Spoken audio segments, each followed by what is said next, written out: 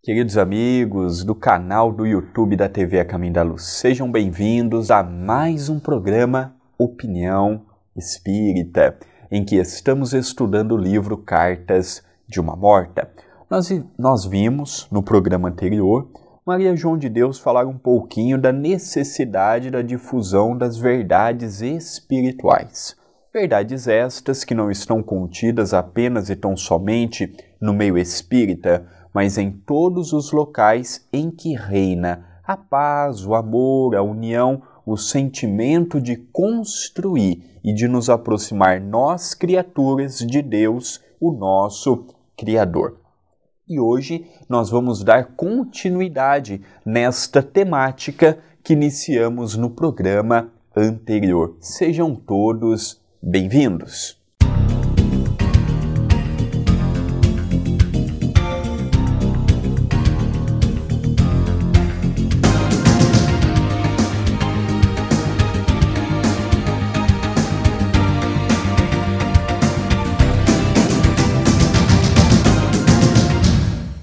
Queridos amigos, é sempre uma alegria tê-lo conosco, nos acompanhando, mandando a sua mensagem, interagindo conosco. A sua participação, ela sempre foi vista por nós com muito carinho, com muita gratidão. Desde já, fica o meu muito obrigado. Hoje nós vamos ver o capítulo que tem como título A Explicação do Mestre, quando ela inicia o capítulo dizendo: intrigada com esses problemas, procurei, como sempre fiz, apelar para as almas beneméritas que nos guiavam em nossa ignorância. Um desses mestres explicou-me: a descrença e a hesitação de que vos achais possuída é, ainda, questão das ideias reflexas, das quais só o tempo, aliado ao bom desejo, vos poderá despojar. A vossa mente é quase a mesma que no mundo vos caracterizava. É preciso meditar muito sobre esta condição, porque as impressões que trouxestes podem perdurar por largo tempo. Caso não desejeis com sinceridade evitar essa ignorância e cegueira espirituais, solicitei a sua assistência e auxílio ao que ele prometeu coadjuvar no mesmo instante, a fim de me certificar quanto à realidade das existências transcorridas. Então, eu volto a bater novamente num ponto que este livro me dá margem para isto.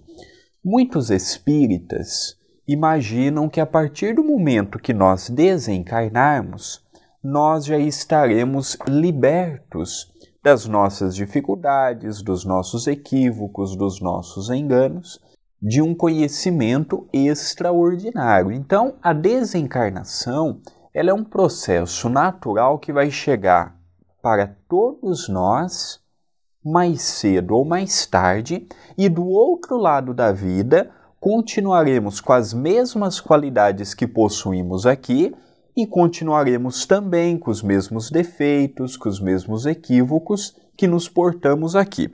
Então ela ouve do espírito amigo que muitas coisas nós ainda conservamos do modo que nós pensamos e que nós agimos enquanto estamos encarnados.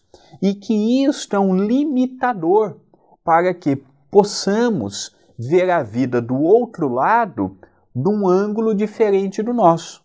A vida, geralmente, para nós, os encarnadas, tem alguns traços que é bem marcantes. Por exemplo, é muito comum nós vermos o lado pessimista da vida, as dificuldades, as lutas, os conflitos, os dissabores, os medos. É muito comum nós vermos aqui na Terra os traços ainda da maldade, da inveja, da intolerância, da briga gratuita para com o meu próximo. E quando eu falo para com o meu próximo, eu estou falando também, ou muitas vezes em especial, para aquele que Deus colocou na minha vida na condição de um familiar. O familiar difícil, o familiar problemático, exigindo-nos a paciência, a tolerância, o respirar fundo, o acalmar o coração, o acerenar a mente para darmos continuidade. Então, nós todos, a partir do momento que vimos no Espiritismo a nossa oportunidade de caminhada, de continuidade evolutiva, nós somos convidados, esta é a palavra a ser utilizada, nós somos convidados a mudar o nosso padrão mental. Que as lutas farão parte, que as dificuldades farão parte, que as dificuldades chegarão até nós, isto não há como ser modificado. O que vai ser modificado é a recepção daquela notícia, a recepção daquela dor, a recepção daquela dificuldade. Então, em vez de eu desesperar, eu vou pedir forças. Em vez de eu entrar no estágio melancólico, depressivo, em vez de eu entrar num estágio desesperador, eu vou ter serenidade. Eu vou acalmar, eu vou respirar, vou pedir força para continuar. São exercícios pequenos que, apesar da nossa dimensão ser uma dimensão muito dura, muito rígida, no quesito do amar, no quesito do perdoar, no quesito de nos colocar no lugar do nosso próximo, é um exercício que nós podemos começar agora, que vai gerar para todos nós alguns benefícios que muitas vezes nós ainda não temos os olhos para ver, os ouvidos para ouvir e, naturalmente, a mente para conceber tudo isto que está do nosso lado. Mas aqui o Espírito ele é taxativo quando diz a Maria João de Deus: a vossa mente é quase a mesma que no mundo vos caracterizava. Então, se nós não começarmos uma modificação no agora, muitas vezes nós vamos carregar tudo isto conosco do outro lado, e estes conflitos que ela diz que teve, nós também passaremos a ter. Mas muitos conflitos que ela teve, nós podemos evitar. Por quê? Porque nós estamos de posse de um conhecimento que ela não tinha. Ela, por ter uma raiz muito profunda com a Igreja Católica, trazia aquela ideia: eu vou morrer e conforme a minha vida eu vou para o céu, para o inferno e para o purgatório. Era a visão que ela trazia consigo. Visão esta que merece da nossa parte todo respeito, toda aceitação, cada um conforme a sua crença. Cada um conforme o que julga ser melhor para si. Mas nós que estamos vendo que a vida continua e que do outro lado nós poderemos dar continuidade no nosso progresso, dar continuidade nos nossos sonhos, nos nossos ideais, na marcha evolutiva que nós nos encontramos, nós podemos, ou melhor, devemos trabalhar um pouco mais visando a nós mesmos. Agora nós vamos dar continuidade no capítulo seguinte, porque ela vai ter a oportunidade de relembrar uma existência passada. Muitas pessoas têm vontade de relembrar o que fez, o que falou, quem foi, o que cometeu. Eu, com sinceridade, se tem uma coisa que eu não tenho vontade alguma, é de saber quem eu fui no ontem, o que eu fiz, o que eu deixei de fazer, o que eu realizei. Eu não quero, eu estou preocupado de hoje em diante. O que já ficou para trás, eu sei que é um passado que me gerou muitas dificuldades pelo meu orgulho, pela minha vaidade, pela minha prepotência. Então eu tenho que olhar daqui em diante, o que passou, passou. Mas ela tinha estrutura para lidar com isto. Muitas pessoas aqui querem saber o que fizeram, o que foram, vão a uma dessas terapias que regridem a uma vida passada e muitas vezes não têm estrutura para lidar com tudo que descobre. Então, o capítulo que veremos agora é Visões Comovedoras do Passado, quando ela nos fala: pediu que me conservasse mentalmente numa atitude passiva e, com as mãos sobre a minha fronte, colocou-se na posição de magnetizador. A princípio, senti a sensação de abalo, mas sem o mais leve traço de sono. ou de inconsciência, experimentando antes um extraordinário aumento de lucidez e observando maior agudeza de percepções. Então aqui é muito importante nós vermos que ela passou por um processo natural. Ela foi magnetizada, as suas percepções foram ampliadas e potencializadas. Não é nada miraculoso como muitas pessoas imaginam. Tem pessoas que imaginam que a gente desencarnou no mundo espiritual, já vai recobrar tudo o que fez, tudo o que falou, tudo o que cometeu, e num passo de mágica. Não, pera.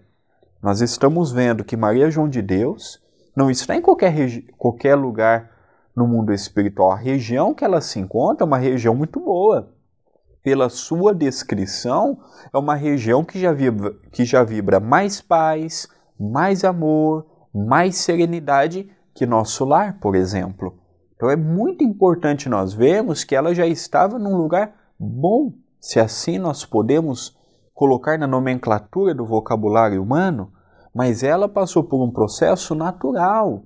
Às vezes a gente imagina que o mundo espiritual é um mundo dos sonhos, das fantasias, é um mundo miraculoso que a pessoa estala os dedos, relembra o que fez como se fosse num passe de mágicas. Vamos com calma, a coisa não funciona deste modo, tem todo um princípio por detrás, tem toda uma ciência por detrás. Continua ela nos ensinando.